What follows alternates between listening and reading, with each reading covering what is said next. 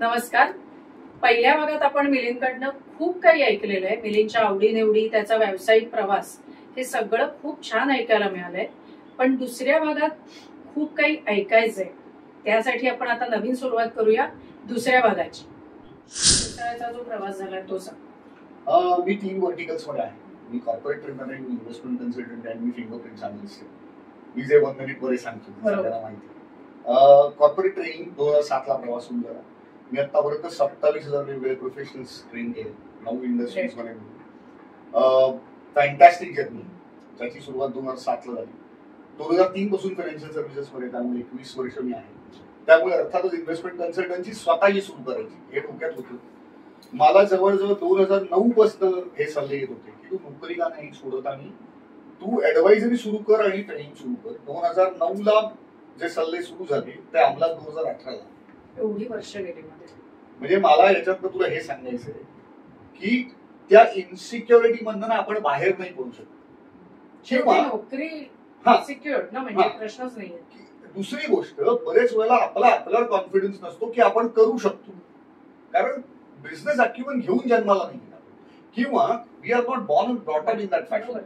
Service oriented माइंडसेटच असतो आपल्या आई वडिलांचा. आपण तेच बघत आलेलो असतो. जो बिझनेस कम्युनिटीच्या मुलांबरोबर नसतो. They are born and brought up with that image आणि त्यांचं ट्रेनिंग होतं, ऑन जॉब ट्रेनिंग असतं. तसं आपलं नाही.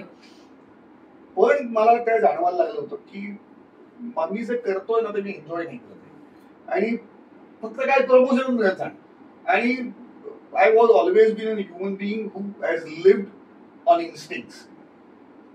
मला जे वाटतं स्वतःच्या टर्म्सवर जगायचं, पण इन्स्टिंक्टिव्हली जे मला वाटतं ना ते मी आतापर्यंत करत आलोय. माझी मनोदेवता, माझी आई नेहमी सांगते, आपली मनोदेवता आपल्याला काय सांगत असते, ज्याला आपण प्रिमॉनिशन म्हणतो ना. त्यामुळे ना आय वॉज नॉट एन्जॉईंग. आणि माझं स्वतःच असं मत आहे की if something you not enjoying, better stop it.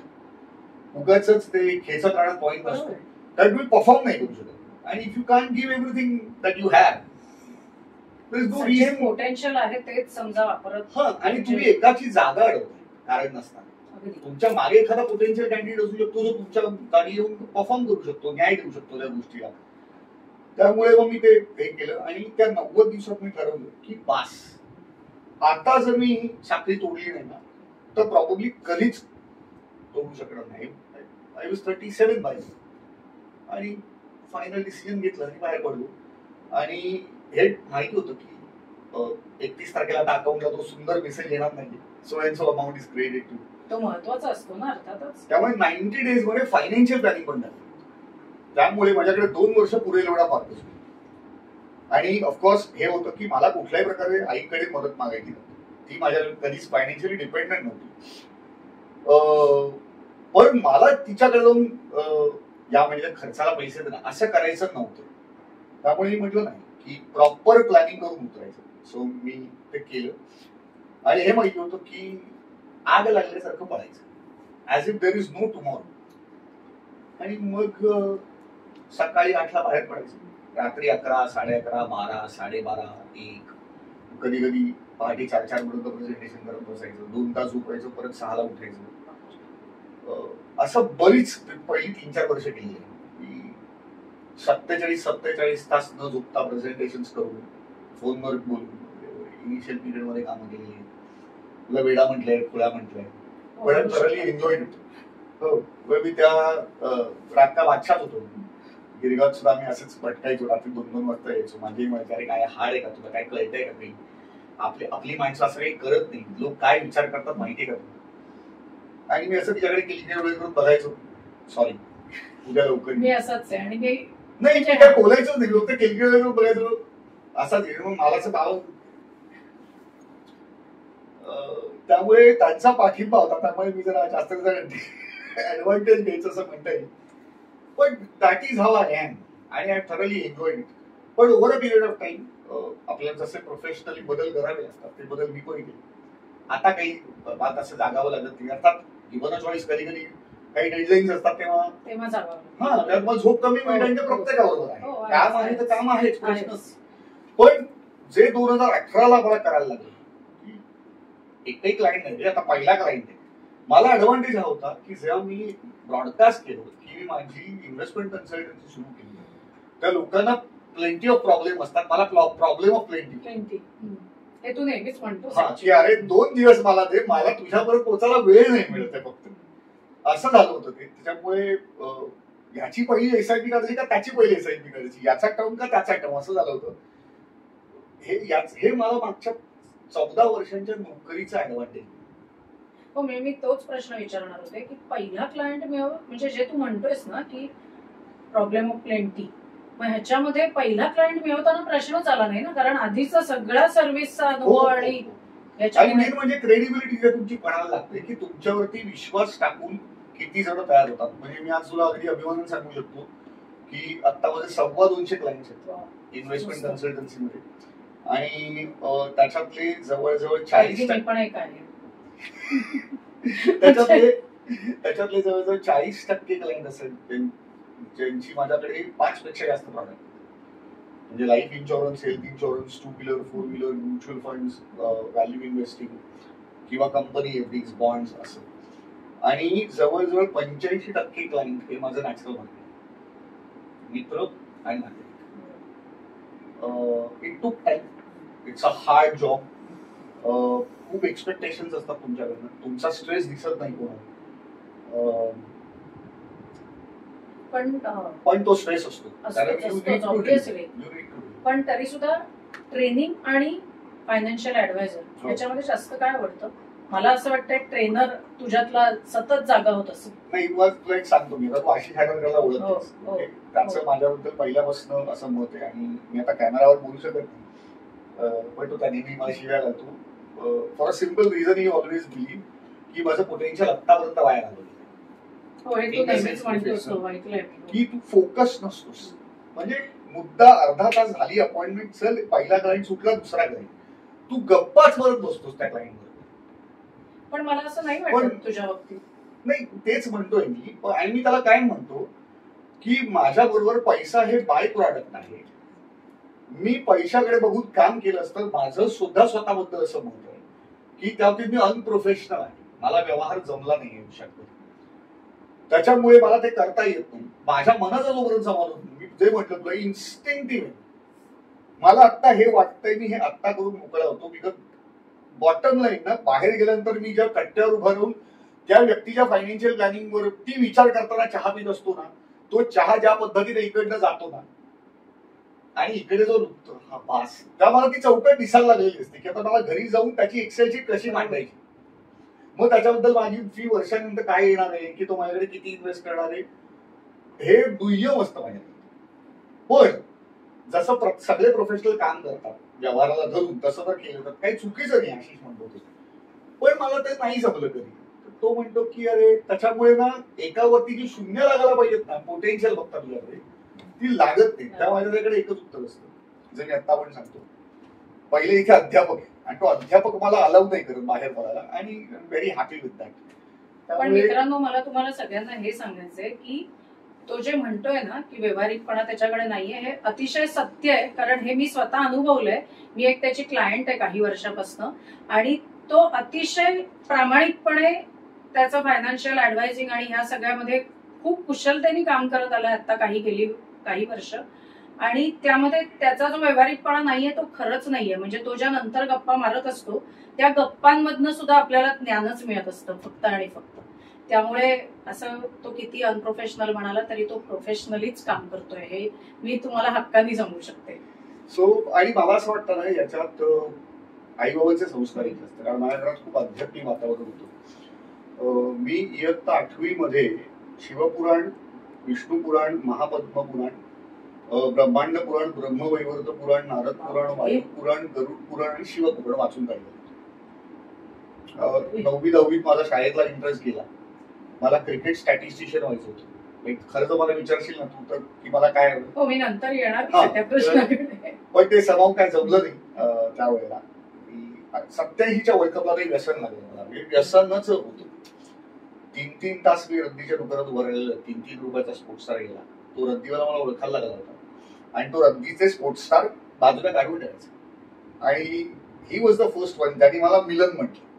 म्हणजे काही लोकांनी माझी त्या मिलिंदची मिलन म्हणून नावाने वाट लावली. त्याच्यातला तो सतीश, आम्ही कधीतरी मस्करीत त्याला मिलनभाई असं पण सतीश बुगडे च्या मालकाने माझी पहिली वाट लावतो, गुजराती होता पण. आणि मग मी त्याच्यात अल्बम करायचो. मग सचिनचा फोटो बराच काळ बघत बसायचं, वेगवेगळ्या अँगल मधनं बघायचं, मग डॉन ब्रॅडमनचा फोटो बघायचा आणि असं बराच काळ. आणि मी वेळ म्हणजे बाहून घेतलेलं होतं. म्हणजे मला शाळेत का पाठवतात, माझा वेळ फुकट जातोय, शाळा आणि कॉलेज हे माणसाने आयुष्यात येऊन काही न करणारी गोष्ट आहे, इथपर्यंत मी पोहोचलेलो होतो. म्हणजे माझ्या आईला चिंता वाटायला लागली होती की माझं पोरग फुकट येईल. आता तू हे सांगताना माझ्या डोक्यात तोच प्रश्न येतो की आईला काय वाटत असेल ते.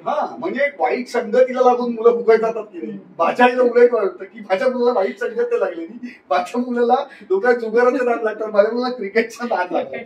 सगळीकडे त्यावेळी तरी काष्टी भाषा. म्हणजे एकदा ती संध्याकाळी माझी आई श्रीहरी मंदिरात जायची, तिने अनुग्रह घेतला होता कलावती देवींकडून आणि समोर बसून कलावती देवींच्या समोर बसून गेलेला तिने अनुग्रह घेतला होता.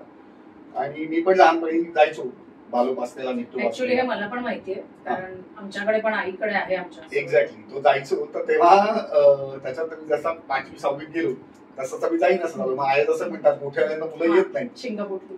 ते माझंही झालं. पण ती अशीच एकदा संध्याकाळी आली आणि मी सगळीकडे क्रिकेट सम्राट, स्पोर्ट्स स्टार आणि षटकार पसरून ठेवले आणि मध्ये मी बसले आणि मी अल्बम लावत होतो असे. आणि सगळ्या हॉलमध्ये गेली घरात फक्त क्रिकेटची मासिक. तर तिने मला असे तेव्हा मारलंय, ते माझ्या मते पहिलं आणि शेवटच्या आयुष्यात मारलेलं आहे. पण जे मारलंय तेव्हा मी अक्षरशः म्हणजे सासूचा सुनेला मार करायला तर मुलगा मध्ये येतो ना, तसा मी माझी मासिक वाचवायला मध्ये येत होतो. म्हणजे मला मार, पण त्याचे पाडू नकोस. मला मार मिळाला तरी चालेल, पण ते बाजूला. आणि मग मला दुसऱ्या बाबांनी सांगितलं की काल रात्री मला आई एकदम हमसून रडत सांगत होती की अहो त्याला आपण कोणाकडे घेऊन गेलं पाहिजे, काय काहीतरी विचित्र व्हायला लागलं त्याच्याबरोबर, कुणीतरी काहीतरी फुकलंय का काय, असं कसं काय करतोय. तर समावून ही मॅनेज त्यांनी शांत केलं. ठीक आहे, वाईट नाही येत ना. वेळ म्हणजे क्रिकेटचा वेळ तर आम्हाला माहिती आहे, कारण कॉमेंट्री आणि जे ब्राह्मण क्रीडा समितीमधनं तू केलेलं आहेस ते खूपच छान पद्धतीने झालेलं आहे. ऑब्सेशन होतं आणि I wanted to be a professional statistician, but समाव ते नाही जमलं. मग आता काय जमलंय ते करतोय. पण तरी सुद्धा माझा प्रश्न की ट्रेनिंग का फायनान्शियल ट्रेनिंग? मी 19-20 महिने, पण त्या म्हटलं ना मी दिल मी अध्यापक, त्यामुळे मी असं म्हणजे 19 जर इन्व्हेस्टमेंट कन्सल्टन्सी तर 20 कॉर्पोरेट, एवढाच फरक. आणि आपलं फिंगरप्रिंट अनालिस्ट मी स्वतः शिकलो 4-4.5 वर्षांपूर्वी. नाही सॉरी, 2017 नोव्हेंबरला मी शिकलो. मी आधी स्वतः काउन्सिलिंग करून घेतलं 2015 ऑगस्ट, 22 ऑगस्ट 2015 नेरूळला चंद्रकांत पारेखकडे माझं काउन्सिलिंग झालं, 1-on-1 काउन्सिलिंग. मला ते का आवडलं की तुम्हाला जन्मजात क्षमता कळतात तुमच्या, म्हणजे तुम्ही वर्ण काय घेऊन आलं हे तुम्हाला कळू शकतो फिंगरप्रिंट नंतर. हेच मला आणि एवढं मुळातच अवर्णनीय वाटलं. तरी बापरे, खतरनाक काय की शास्त्र आहे. म्हटलं नाही, हे करून घ्यायचं. आणि जन्मात कापड इतके प्रश्न पडलेत आयुष्यात, आपण नक्की काय करायला जन्माला आलोय हे तर कळू दे. मी करून घेतलं ते. आणि मग माझ्या लक्षात आलं की माझ्या इंटेलिजन्स प्रमाणेच माझं प्रोफेशन. सो बरेच वेळा असं होतं की तुमच्या एनर्जीच्या अगेन्स्ट तुमची प्रोफेशन्स असतात आणि मग तुम्ही एनर्जीच्या अगेन्स्ट असता, त्यामुळे तुम्हाला प्रोफेशन मध्ये खूप प्रॉब्लेम्स येतात. त्यात मी एन्जॉय नाही करत, पण मी एन्जॉय करतो माझं प्रचंड प्रोफेशन आणि माझ्या एनर्जी ते धरून. आणि मला याचा खूप अभिमान वाटला होता. मग हे पण परत एक प्रबोधनाचं हे, आणि माझा इंट्रा हा आहे, त्याच्यामुळे मला बागे सर म्हणाले होते की तू प्रबोधनाला जन्माला कॉर्पोरेट ट्रेन परत एकदा आपण प्रबोधन करतोय, आपल्यामुळे 4 लोकांचं भलं होतं, ही फिलिंगच जबरदस्त आहे. आणि मग मी ते केलं. आतापर्यंत मी 112 काउन्सिलिंग केली, 1-on-1 एकट्याने केलेली काउन्सिलिंग. आणि आता मी आणि कविता बाम असे दोघे पार्टनरशिप मध्ये करतो. कल्याण चक्रमधल्या बऱ्याच जणांची काउन्सिलिंग आम्ही केलेली आहे, त्यातली तुझी एक फॅमिली आहे. आणि आता अजूनही ते चालू आहे. फक्त असं आहे की हायरार्की जर बघायला गेली तर दॅट्स अ थर्ड प्रेफरन्स, काही तितका वेळ नाही मला मिळत. आणि प्रोफेशनली जे मी सेशन्स मध्ये पण सांगितलं की you should know your priority. Okay, तुमची प्रायोरिटी एक काय त्याला तुमचं वेटेज असलं पाहिजे, दुसऱ्यांनी ती ठरवता कामा नये. आणि जर तुम्हाला ती ठरवता येत नसेल तर तुम्ही व्यवसाय तुमच्या कुठेच पोहोचत नाही. त्याच्यामुळे पहिली प्रायोरिटी कॉर्पोरेट ट्रेनिंग, दुसरी प्रायोरिटी मी असं म्हणेन इन्व्हेस्टमेंट, आणि तिसरी प्रायोरिटी फिंगरप्रिंट अनालिसिस. आणि अजून एक मित्रांनो मला हे सांगावं वाटतं की टाय विकणं हे एकदम वेगळंच व्हर्टिकल आहे, पण टाय विकणं हे त्याचं मनापासनाचं पॅशन आहे, जे मला माहिती आहे, कारण मी त्याच्याकडनं माझ्या नवऱ्यासाठी टाय विकत घेतलेले आहेत. म्हणजे हे जर तुम्हाला कोणाला टाय विकत घ्यायचे असतील तर त्याच्याकडे चांगल्या क्वालिटीचे टाय असतात, ते तुम्ही त्याच्याकडे विकत घेऊ शकता, तुम्ही त्याला संपर्क करू शकता. हे मी व्हर्टिकल म्हणून कधी सांगत नाही, कारण ती माझी पॅशन आहे. मी अजूनही प्रोफेशनल बिझनेस सूट वापरताना टाय वापरतो. टायची संकल्पना आउटडेटेड झालेली आहे, पण मी स्वतःला I am a old man with old takeaways in thought process, त्यामुळे मी हे करतो. आणि माझे कॉर्पोरेट मित्र माझ्याकडे टाय घेतात, त्यामुळे मी त्यांना टाय त्यांच्या घरता देतो. त्यामुळे इतर जर कोणी मागितलं तर डेफिनेटली माझ्याकडे टाय अवेलेबल असते. आता थोडंसं पुढे जाऊया. येस. आता तू सांगितलंस की आवडीनिवडी ज्या आहेत तुझ्या, की क्रिकेट आहे, वाचन आहे, पण अजून काही स्पेसिफिक काय आवडतं? वाचन पहिली आवड, व्यायाम करायची मला आवड पहिल्यापासून. परत तेच कॉलेजमध्ये असताना मी खूप व्यायाम करायचो. मी एका सेटमध्ये 300 झोप मारायचो. बापरे. एका सेटमध्ये 100, असे 3 सेट. सो असं करत आजही करतोस तेवढं नाही करता येत आता. पण तेव्हा काय कामधंदाच नव्हता ना, कॉलेज म्हणजे काय व्यायाम करणं हा एकच धंदा होता असं म्हणता येईल. SY BCom TY BCom सांगतो मी 98-99-2000.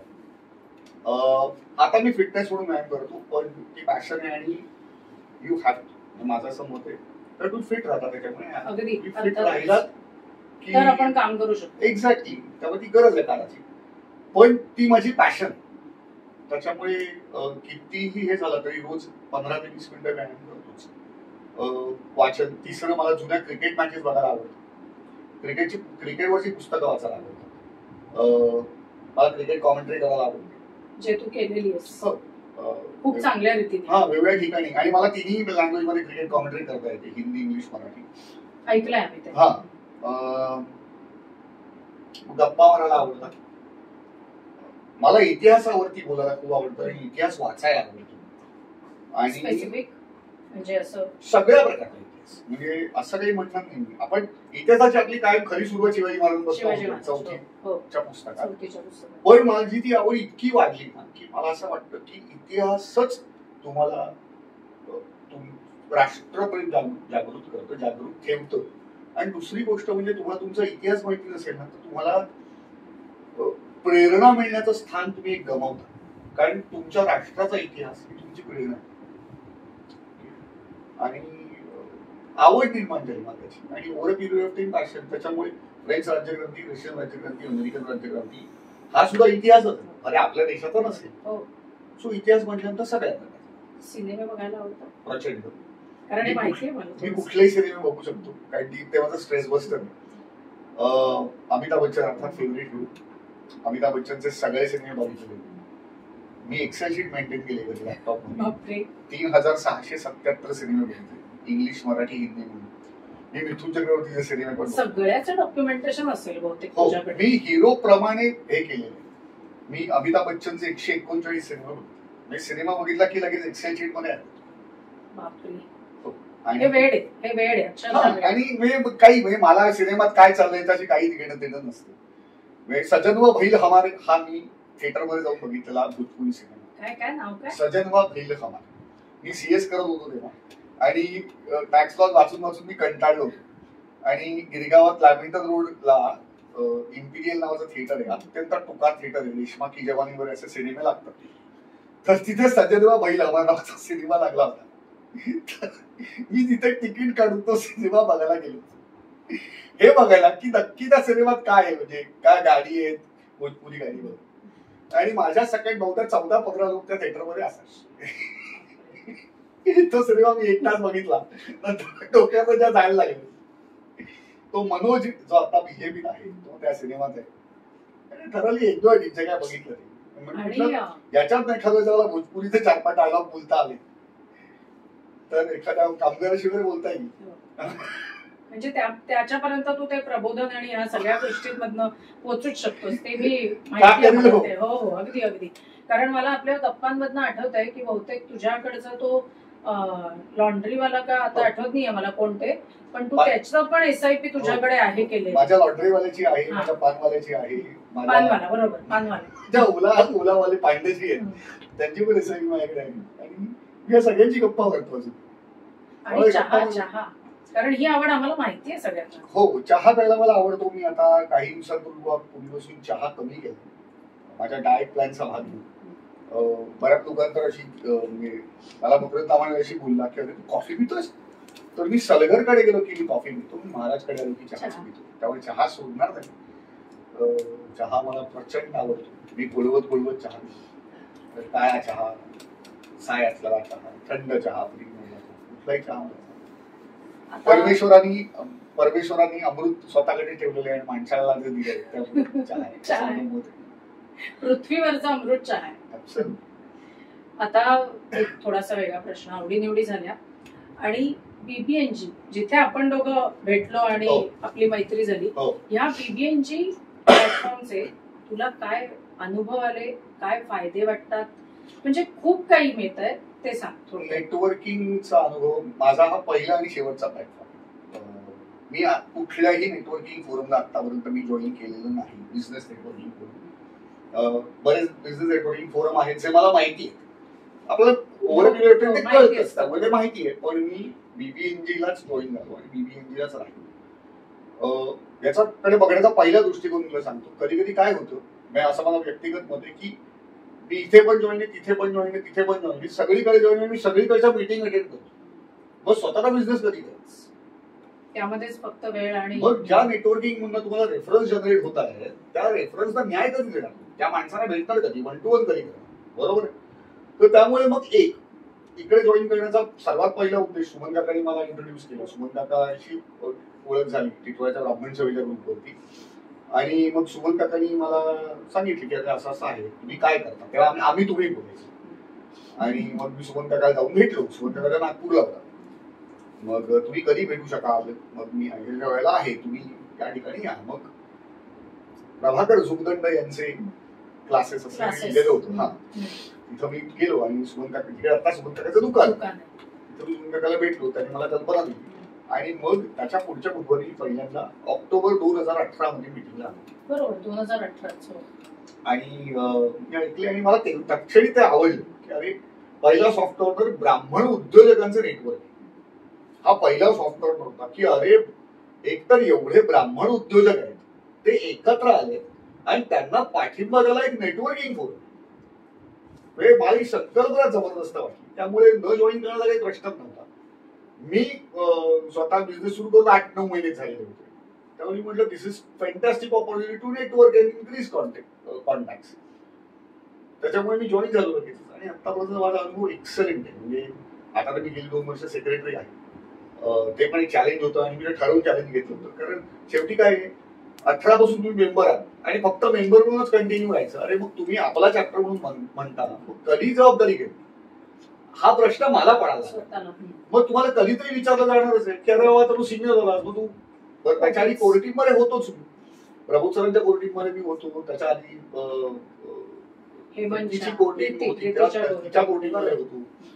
त्यामुळे कोर टीमचाही अनुभव तसा होताच की बाबा कोर टीम काय करते, की आपल्याला एक रोल दिलेला असतो. बरं, एज्युकेशन स्लॉट मी बरीच वर्ष घेतो, त्याच्यामुळे तोही प्रॉब्लेम नव्हता. आणि सर्वात महत्वाची गोष्ट काय माहिती का, बिलॉंगिंगनेस हा माझा चॅप्टर. त्यामुळे मला असं वाटतं मी इथं नेटवर्किंग करायला जे येतो तेव्हा माझं कॉन्ट्रीब्युशन काय. तुमचं जर कॉन्ट्रीब्युशन नसेल ना तर नुसतं मिरवण्यात मला इंटरेस्ट असतो कुठल्याच ठिकाणी.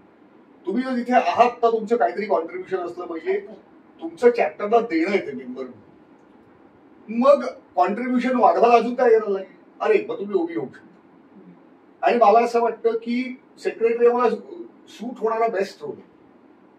अर्थातच, अगदी म्हणजे मान्यच करते. तर त्याच्यामुळे मग मी सेक्रेटरी म्हणून हो म्हटलं. एचओला इथे मान्य झालं. मी प्रबोध सरांना नंतर भेटलो पर्सनली, नितीन सरांना भेटलो. मी त्यांना विचारलं माझ्या मनातले काही प्रश्न. कविताशी मला बोलणार कारण माझ्या आधीची सेक्रेटरी कविता. आणि मग मी तिला तिचा अनुभव विचारला आणि तिला एकंदर हे विचारलं की सेक्रेटरी म्हणून टू डू लिस्ट मध्ये मस्ट गोष्टी काय त्या मला. मग सेकंड प्रायोरिटी, थर्ड प्रायोरिटी मी माझ्या प्रायोरिटी लावून घेतली आणि मग मी काम करायला सुरुवात केली. पण ओव्हरऑल 18 सेक्रेटरीशिप संपेल माझी, पण एक्सलंट एक्सपिरियन्स आहे. I thoroughly enjoyed my journey. खूप लोकांना भेटता आलं. कल्याणच्या सांगलीसारखा आता माझा इंटरव्ह्यू होतोय, तू माझा इंटरव्ह्यू घेतेस. खूप मित्रमैत्रिणी मिळाले प्रचंड. इथपर्यंत मित्रमैत्रिणी मिळाले की मी टिटवाळा राहत असून सुद्धा लोकांना मी कल्याणमध्येच राहतो असं वाटतं आणि मी चुकून सांगितलं टिटवाळा राहतो त्या लोकांचा विश्वास बसत नाही. बरेच जण मला अरे तू कल्याणमध्ये पडीक कुठेतरी असेल इकडे तिथे बघ शोध, त्याला तुला कुठेतरी कल्याणच्या कोपऱ्यात भेटेल. इथपर्यंत नाही आणि कुठे नाही भेटला तर महाराजच्या कट्ट्यावरती तर नक्की भेट. हा जाता येता वेळ म्हणून मयुरेश सुद्धा जाताना असाच डोका होतो. त्याला तसं म्हणत असतं बऱ्याच वेळा डोका होतो तर तू तिकडे असतो. सो म्हणजे मजा आली मला. म्हणजे मी माझी जर्नी ऍब्सोल्युटली एन्जॉय केली. खरं तर ह्या बीबीएनजीच्या संकल्पनेचं श्रेय पूर्णपणे आपले जे फाउंडर आहेत श्रीपाद सरांना आहे, त्यांना आहेच. प्रश्न मी उलट असं म्हणेन की त्यांनी तर त्यांना 28 चॅप्टर, मी कल्याण चॅप्टर पुरतं बोलायला झालो तर प्रीती फडके जेव्हा मी आलो तर मी चॅप्टर हेड होती.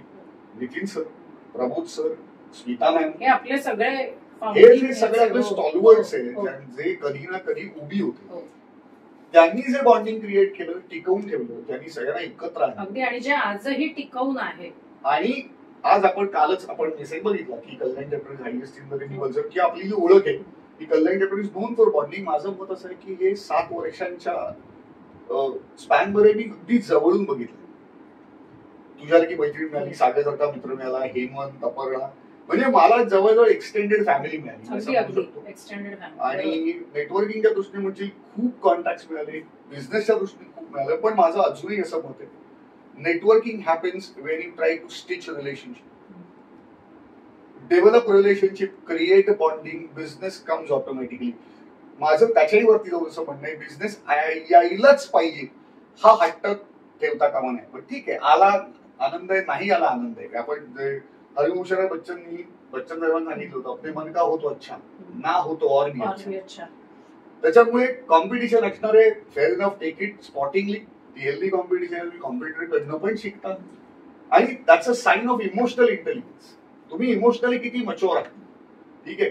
आणि दुसरी गोष्ट म्हणजे तुम्ही जी रिलेशनशिप डेव्हलप करताना that should be for life, that should not be for माझं काम झालं ना, माझं काम झालं मग मी तो माझा मित्र आहे का ती माझी मैत्रीण आहे, नाही, ऍब्सोल्युटली नाही. आणि मी स्वतः हे पाळतो, मी एखाद्याच्या आनंदाच्या क्षणी नसेल, एखाद्या वेळेस किंवा मज्जा करताना नसेल, पार्टीला नसेल, गेट टुगेदरला नसेल, पण माझ्या मित्राला किंवा मैत्रिणीला जेव्हा माझी गरज आहे ना त्यावेळेला मी असणं गरजेचं आहे हे मला वाटतं आणि मी हे कटाक्षाने पाळतो. हे आम्ही पण म्हणजे अनुभवले की तुम्ही तुझी गरज जेव्हा आहे ना तिथे तू जेव्हा असतोस किंवा तू असतेस ना हे कायम लक्षात ठेवलं जातं. बाकी ठीक आहे, मजेला कधी होतो कधी नव्हतो that is fair enough, no problem. कारण काय माहितीये का, मजेला सगळे असतातच. आपण म्हणतो ना फ्रेंड नेम इज फ्रेंडलिटी, त्याच्यामुळे being a networker, being a solid friend, you should be there when you are truly required. आणि मला असं वाटतं नेटवर्किंग शिकवतं, हे कल्याण चॅप्टरने शिकवलं आपल्याला की you should stand strongly for each other. आणि आपण 7 वर्ष अनुभव आणि म्हणूनच आपण कदाचित मी काय, तू काय, नितीन सर काय, प्रबोध सर काय, हेमंत, म्हणजे असे जे जुने मेंबर्स आहेत ना ते 6 ते 7 वर्ष गेली का कंटिन्यू आपण त्या फ्लो मध्ये आहोत. कारण आपण बीबीएनजी शिवाय राहूच शकत नाही. बरोबर. म्हणजे आपल्याला बिझनेस मिळो अथवा न मिळो, एकतर मिळतोच बिझनेस, पण समजा नाही मिळाला तरी सुद्धा आपण त्या फ्लो मध्ये दरवर्षी आपले रिन्युअल्स करतोय. आणि कालच तू म्हणालास तसे आपले आता 47 to 48 रिन्युअल्स झाले, म्हणजे ही खूप आपल्या चॅप्टरसाठी, आपल्या बॉन्डिंगच्या सगळ्याच गोष्टींसाठी खूप चांगली गोष्ट. प्रश्नच नाही. And that is how it has to be. तरच ती जर्नी होते. तर ultimately see journey is important, not destination. Destination बदलत अकॉर्डिंग टू मी final destination will never arrive. Okay. आणि you should not keep it a final destination. त्याच्यामुळे आपण ठरवूच शकत नाही. आणि माझं मत एन्जॉय पण नाही आहे. बरोबर, एन्जॉय द जर्नी इन इन्स्टिंक्ट्स. जी मजा आहे ना त्याचं थ्रिल आहे ना ते अजून कशात. मित्रांनो, खूप छान पद्धतीने मिलिंद आपल्याशी बोलतोय. खूप छान रंगतदार होतीये मुलाखत. पण आता आपण थोडंसं रॅपिड फायर राऊंड कडे वळूया. येस. मिलिंदजी आमच्या बरोबर जी रॅपिड फायर राऊंड मिलिंदने घेतलीये ती आता आम्ही त्याच्या बरोबर घेणार आहोत. येस. तयार? अगदी. ऍक्च्युली तुझ्याकडे मोकळा वेळ नसतो खरं तर, हे माहितीये मला, पण तरी सुद्धा पहिला प्रश्न, मोकळ्या वेळेत काय करायला आवडतं? झोपायला आवडतं. आणि आम्ही ऑप्शन्स देणार नाही होतं तुला, जस्ट एक झोपायला आवडतं. ओके, आत्ता तरी मोकळ्या आहेत झोपायला, कारण कदाचित झोप पूर्ण पण होत नसावी. नाही होतो. दुसरा प्रश्न, प्रोफेशनल आयुष्यात खालील कोणत्या गोष्टींमुळे जास्त वैतागतोस? शांत बसणारे क्लायंट, बडबड करणारे क्लायंट, अतिशय मूर्खपणे प्रश्न विचारणारे क्लायंट, किंवा अजून तुझ्याकडे काही ऑप्शन नाहीये, असेल? तिन्ही ऑप्शन नाहीयेत. मी या कोणामुळे कंटाळत नाही किंवा वैतागत नाही. ताळतंत्र सोडून जे वागतात ना किंवा मला फोन करतात त्यांच्यामुळे मला खूप वैताग येतो. एक उदाहरण देतो तुला. मला एक काका होते, आता नाही खायात, पण ते सकाळी 7:30ला फोन करायचे आणि मला विचारते काय वाटतंय मार्केट पुढच्या 2-4 दिवसात काय असेल. आणि मी असं म्हणत आहो, सकाळी 7:30 वाजता हा प्रश्न विचारून मी का फोन करता? आणि जर मी फोन उचलला नाही तर ते जोपर्यंत मी उचलत नाही तोपर्यंत फोन. बापरे, काय म्हणजे?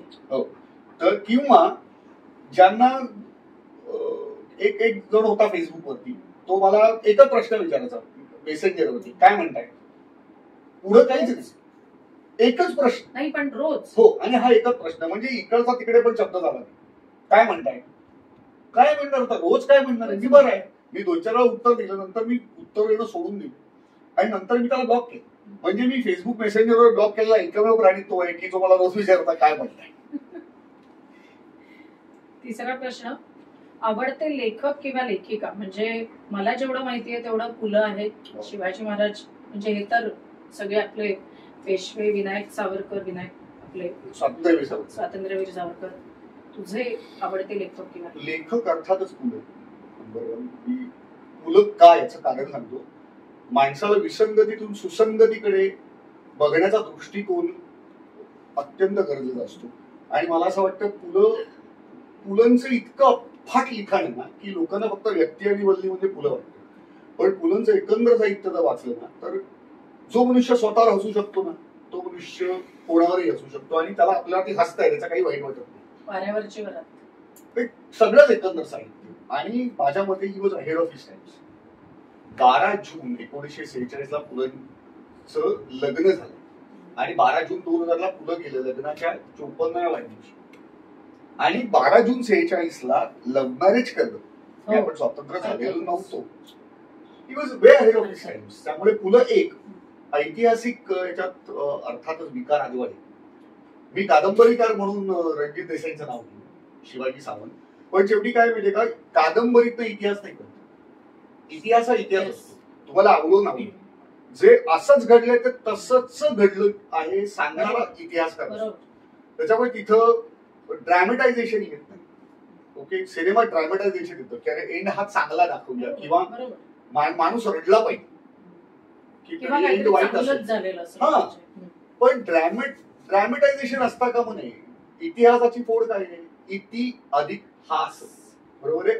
असं घडलं होतं म्हणजे इतिहास, जे घडलंय तोच वृत्तांत. त्याच्यामुळे विकार आजवाडे, रणजित देसाई, पुलं, वपू मला आवडतात आणि Brian Tracy. I am a hard core fan of Brian Tracy. Fantastic. मी सगळी मॅनेजमेंटची पुस्तके ब्रायन ट्रेसीची वाचली. ते तू मला वाटतं ट्रेनिंग मध्ये पण सांगितलंस. त्याच्यानंतर फिरायला जायला कुठे आवडतं? चौथा प्रश्न. माहितीये सगळ्यांना माहितीये मला फिरायला जायला अजिबात आवडत. तरी पण हा ट्रिकी प्रश्न विचारला. तरी मी कधी उदास नसतो किंवा मला सांगायचं राहिलं, मी 5वी नंतर कुठल्याही शाळेच्या पिकनिकला गेलेलो ना, बाय चॉईस. ठीक आहे, मी आजपर्यंत कधीही कुठल्याही ट्रिपला स्वतः अरे त्या डोंगर फिरायला जाऊया, तो पिंडच नाहीये माझा. तुम्ही डोंगर तरी फिक्स करा, मला पत्ता सांगा, कुठं भेटायचं सांगा, मी तिकडे पोहोचतो. डोंगर दऱ्यात गेले तर मी डोंगर दऱ्या सगळं बघतो, तिकडे मजा करतो. पण मी बाहेर जेव्हा पडतो त्याच्या 10 मिनिटं मी आधी स्विच ऑफ झालेला असतो तिकडे नेक्स्ट डेस्टिनेशन मला काय करायचंय, त्यावेळी मी रमत नाही. मला आठवतंय, मी एक जस्ट आठवण सांगते तुमची, की आम्ही जेव्हा गीर आणि गिरनारला ट्रिपसाठी गेलेलो होतो तेव्हा सकाळी गीर याला म्हणजे आपण याला जाणार होतो, जंगल सफारीला जाणार होतो. आणि त्या सफारीला जाताना सकाळी 6 वाजता आम्हाला तिथे त्या पॉइंटला भेटायचं होतं. तेव्हा आम्ही सगळे खूप उत्साहात तयार होऊन वगैरे सगळे गेलेलो थंडीत, आणि मिलिंद तिथे असा येऊन बसलेला होता आणि त्याचा विचार असाच डोक्यात चालू होता की ही लोक सगळी का चालली आहेत त्या सिंहाला बघायला. पण त्यामुळे मला माहितीये नाही, मला हा प्रश्न पडला होता की त्यांनाही झोपू दे आणि मलाही झोपू दे ना. सकाळी 6 वाजता उठून सिंह बघायला त्याची काय एवढी हौस आहे. कारण का मला फिरायची आवड नाही, पण मी बाहेर कुठेही गेलो तरी मी रमतो. पण मला द्यावं लागतं. मी स्वतःहून पिकनिक ठरवणारा माणूस नाही. अदरवाईज मी जवळजवळ अख्खा भारत फिरलो कामाच्या निमित्ताने. मी कन्याकुमारी पासून काश्मीरपर्यंत, फक्त खुद्द काश्मीर आतापर्यंत गेलेलो. त्यामुळे असं विशेष ठिकाण नाही. तुम्ही न्याल ते माझं. त्याच्यानंतर तुझी मध्ये काही व्यक्तिचित्रणं लिहिलीस. त्या व्यक्तिचित्रणामध्ये ऍक्च्युअली त्याचं तुला पुस्तक करायचंय, हे आपलं मध्ये पण बोलणं झालेलं होतं. तर 5वा प्रश्न असा आहे की तू त्या लिहिलेल्या व्यक्तिचित्रणांमध्ये तुला सगळ्यात जास्त भावलेलं व्यक्तिचित्र? सार्थक अग्निहोत्री. ओके, थोडंसं सांग. सार्थक अग्निहोत्री माझा मित्र आहे, जो आता बेपत्ता आहे. गेली काही वर्ष त्याचा आमच्यापैकी कोणालाही पत्ता नाही. सार्थक अग्निहोत्री माझ्यावर भवन्स कॉलेजला होता. सार्थक अग्निहोत्री संपूर्ण वेळ संघासाठी काम करतो. तरी घरातल्यांचा निरोप घेऊन कॉर्पोरेट्समध्ये होता तो नोकरीला. 6 वर्ष नोकरी करून तरी संघासाठी पूर्ण वेळ काम करायचं म्हणून घर सोडलं, आई वडिलांना सांगितलं. आणि मला असं वाटतं हे काहीतरी खतरनाक. आणि आम्ही पहिल्यापासून त्याला बघितलं, प्रखर राष्ट्रप्रेम. त्यांनी कधीही टाइमपास केला नाही का, हो सगळं. ओके, पण आपण असं म्हणतो ना सात्विक, तो त्या टाईपचा सात्विक होता. कुठलीही व्यसनं नाही. पण याचा अर्थ नाही शिवी काय करणार नाही किंवा कॅक्टर बसून चहा नाही पिणार असं नाही. पण कोणालाही अदवा उलटून बोलायचं किंवा कोणाचा फायदा घ्यायचा नाही. प्रत्येक गोष्टीत पहिल्यांदा मी देशासाठी काय करतो आणि अशा माणसांना संघासाठी काम केलं तर काही विशेष नाही. पण ह्या डिसिजनला येणं ते प्रत्यक्षात उतरवणं ह्या 2 वेगळ्या गोष्टी. त्याने प्रत्यक्षात उतरून दाखवलं. फक्त एवढंच आहे, तो भेटला ना तर खरंच कडकडून मिठी मारायला आवडेल त्याला. पण हॅट्स ऑफ. त्या मुलाखतीच्या द्वारे जर येस कळलं, पण काय कोणालाच माहिती नाही कुठे गेली 7-8 वर्ष. कोणालाच त्याचा पत्ता नाही आमच्यापैकी. आय जस्ट होप तो कुठेतरी भारतात काम करत असेल. पण he is 100% dedicated for ISIS. Hats off. मला अक्षरशः त्याचं व्यक्तित्व लिहिता रडायला होतं. आणि दुसरं उदय साठे, माझा एक फार जाणी दोस्त होता गिरगावातला. सातारा रोडला ऍक्सिडेंट वगैरे ऑन द स्पॉट गेला होता. समोरनं डंपर आला आणि त्याची गाडी मोडून आत गेला. ते उदय साठे वॉज अ बॉम्ब. म्हणजे फॅब्युलस कॅरेक्टर होता. मी खूप शिकलो त्या माणसाकडनं. तो आज हयात नाही. म्हणजे एक उदय हयात नाही आणि सार्थक कुठे माहिती नाही. पण अमेझिंग. म्हणजे he was like a elder brother too. म्हणजे मी काय म्हणायचो, a brother from a different mother, असं नातं होतं ते. इमोशनल मॅच्युरिटी, इमोशनल इंटेलिजन्स, आयुष्याकडे बघण्याचा दृष्टिकोन, अमेझिंग कॅरेक्टर. म्हणजे मला शब्दात नाही म्हणता येणार. फॅब्युलस. मी वाचलेत ती व्यक्तिचित्रण, त्यामुळे ही 2 सर्वात भावलेली व्यक्ती. आता तुझ्या कल्याणचे सांगाती ह्याच्यामधनं मुलाखती घेतोय सगळ्या मेंबर्सच्या. त्यामध्ये तू आपले फाउंडर मेंबर श्रीपाद कुलकर्णी यांचा पण इंटरव्ह्यू झाला. अनेक सामान्य मेंबर पासून मोठ्यांपर्यंत इंटरव्ह्यू झाले. पण असं काही स्वप्न असेल का की पुढे फक्त कल्याण चॅप्टर किंवा असं नाही, अशा कोणत्या तरी व्यक्तीचा इंटरव्ह्यू घ्यायचा आहे मला, की असं काही वाटतंय का मला? स्वप्न म्हणून मला 3 व्यक्तींचा इंटरव्ह्यू घ्यायला आवडेल. हर्ष भोगले, सचिन तेंडुलकर आणि सुधीर गाडगीळ. मी सुधीर गाडगीळांचा निस्सीम चाहता आहे. निस्सीम चाहता. मुलाखत घ्यावी तर सुधीर गाडगीळांची. म्हणजे त्यांच्या लकबी आणि जो नॅचरल फ्लेअर आहे ना गप्पा मारण्याचा आणि माहिती काढण्याचा. कारण मुलाखत करायला माहिती काढता आली पाहिजे. आणि एखादी जर माहिती टाळतोय समोरची व्यक्ती तर ते तो टाळत असला तरी त्याला काढता आलं पाहिजे. याचं अप्रतिम उदाहरण शंतनुराव किर्लोस्करांची त्यांनी घेतलेली मुलाखत होती. अर्थात शंतनुरावांनी नंतर मला सांगितलं की सुधीर, मला कळत होतं की मी कशावर बोलावं हे तुला अपेक्षित आहे, तू ते काढून घेतलंस. पण याच्या पुढे परवानगी न मागता अशी चूक दुसऱ्या बाबतीत करू नकोस. आणि हे त्यांनी त्यांच्या मुलाखतीत सांगितलं. अप्रतिम. प्रश्न 8वा, तू स्वतःच एका शब्दात वर्णन कर. सिग्मा. सिग्मा थोडंसं सांग. कारण sigma is the guy who lives on instinct. स्वतःच्या टर्म्सवर जगणारा माणूस, कुठल्याही कॉम्पिटिशन मध्ये असणारा माणूस, मध्येच गाया गोणारा माणूस.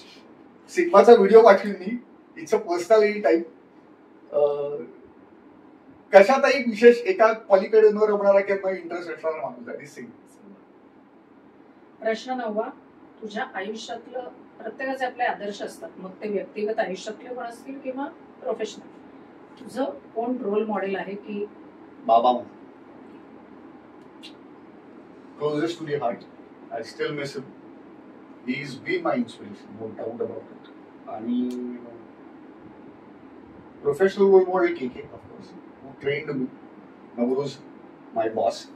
म्हणजे he is also single, I am also single. त्यामुळे ICSI Prudential मध्ये तर आम्हाला बाप मुलगा म्हणायचं. म्हणजे मला असं म्हणायचं की he is adopted child of Navroz. कारण आम्ही 10 वाजेपर्यंत रोज ऑफिसमध्ये असायचो. खूप शिकलो त्या माणसाकडनं. डेटा मायनिंग नवरोज सिंग पुरवठा करताना मी आजपर्यंत कोणालाही पाहिलं. त्या माणसाचे 3 लॅपटॉप क्रॅश झाले, एवढा डेटा होता. आसामला एक पॉलिसी लॉग इन झालेली, 500 रुपयाची पॉलिसी. नवरोजकडे त्याचाही डेटा होता. आपली पासे होऊ जोय. आणि मी त्या माणसाकडनं त्याच्याकडे एकेकडनं पारसी बोलायला शिकलो. That was the 6th language. So ते दोघे कॉर्पोरेट रोल मॉडेल, वैयक्तिक आयुष्यात बाबा. प्रश्न 10 आणि शेवटचा. ट्रेनिंग प्रोफेशन मध्ये नसतास तर अभिनय किंवा मिमिक्री या क्षेत्रात काम करायला आवडलं असतं का किंवा भविष्यात आवडेल का?